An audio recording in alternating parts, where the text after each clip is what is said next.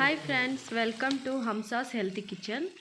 ಇವತ್ತು white pomfret fish fry ಮಾಡೋದು ಹೇಗೆ ಅಂತ ಹೇಳ್ಕೊಡ್ತೀನಿ. ಫಸ್ಟ್ ಕ್ಲೀನಾಗಿ ಕಟ್ ಮಾಡ್ಕೊಳ್ಳಿ ಫಿಶ್ನ. ಮತ್ತು ಒಂದು ಪ್ಲೇಟ್ಗೆ ಆಚಿ ಮಸಾಲ, ಶುಂಠಿ ಬೆಳ್ಳುಳ್ಳಿ ಪೇಸ್ಟು, ಮತ್ತು ಧನಿಯಾ ಪೌಡರು, ಮತ್ತು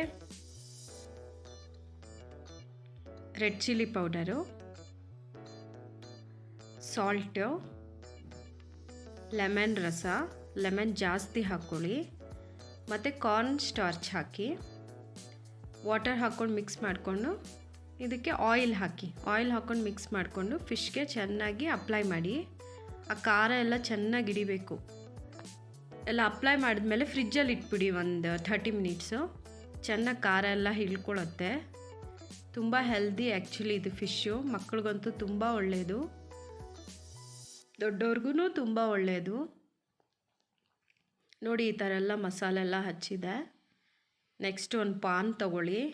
ಪಾನ್ಗೆ ನಾನು ಆ್ಯಕ್ಚುಲಿ ಅಡುಗೆ ಮಾಡೋದೆಲ್ಲ ಕೊಕೊನೆಟ್ ಆಯಿಲ್ ಹಾಕಿ ಫ್ರೈ ಮಾಡಿ, ರೋಸ್ಟ್ ಮಾಡಿ, ಚೆನ್ನಾಗಿರುತ್ತೆ. Thank you for watching.